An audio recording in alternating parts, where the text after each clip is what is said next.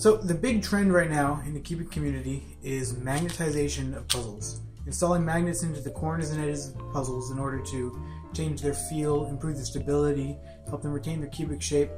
And I think that's awesome. So I'm going to run down with you just about everything I know today about the magnetization trend. Now, a bit of a warning. Most of what I say in this video is going to be extremely subjective. A lot of these are my opinions, of which I have many. With that, let's move on. Here are the 5 puzzles that I myself have magnetized. These are the 3 that I like: Valk 3, M3, and GTS. And these are the 2 I don't like very much. The Sen 1 Mars, which started out as a bad cube already. So I mean, what's the point of magnetizing it? It's not going to get that much better. And the Gans Air, which, again, like I said, that's a subjective thing. I wasn't a fan of the Gans Air really to begin with, but there is one guy I know who's kind of good at speed cubing, who's a fan of the Gans Air, especially the magnetized one. His name's Felix Zemdegs. You may have heard of him. Anyway, these are the 3 that I like. My main cube currently to compete with and to solve is this Valk 3. I think the Valk 3 just caters itself to magnetization much better than most other cubes, except maybe the GTS, but I'll get into that. The Valk kind of had a bit of a it was overly smooth. It didn't have that much of a bump or a glide when you were turning it, but the adding of magnets definitely increased that. This is not the first puzzle I would recommend magnetizing, because it is a split piece design.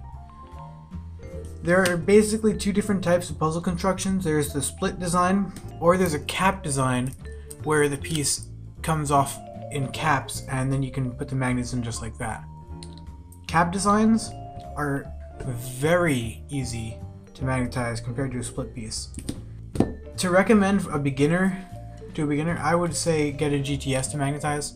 It's sort of the quintessential magnetized puzzle these days. It's what everyone really kind of jumps to.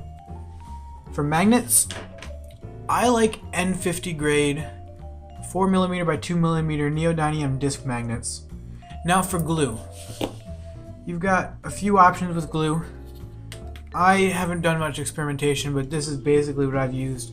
Got this Loctite super glue gel control. Understand, it is pretty much inevitable that you will be getting glue on your fingers. If you don't like that, don't magnetize cubes.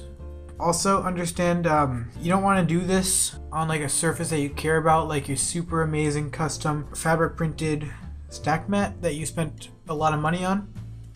So get some newspaper or do it on a counter or a surface that you don't really care about. The Loctite gel control stuff works well, although some people recommend pure liquid glues over gel.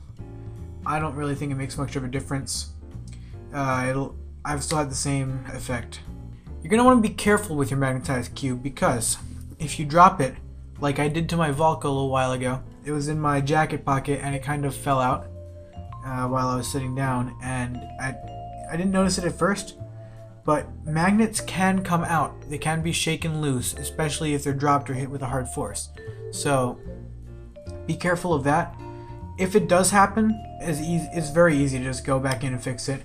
Yeah, just open up the edge of the corner that the magnet's in and just glue the magnet back in. So I think that just about covers it. If you guys want to get into magnetization, there are magnetic conversion kits available from Speedcube Shop that give you everything you need. They give you plastic tweezers, tools, magnets themselves, guides, everything you could possibly want or need to magnetize. I definitely recommend this, and I'll be posting a video about that soon. Other than that, thanks for watching, and I'll see you guys next time.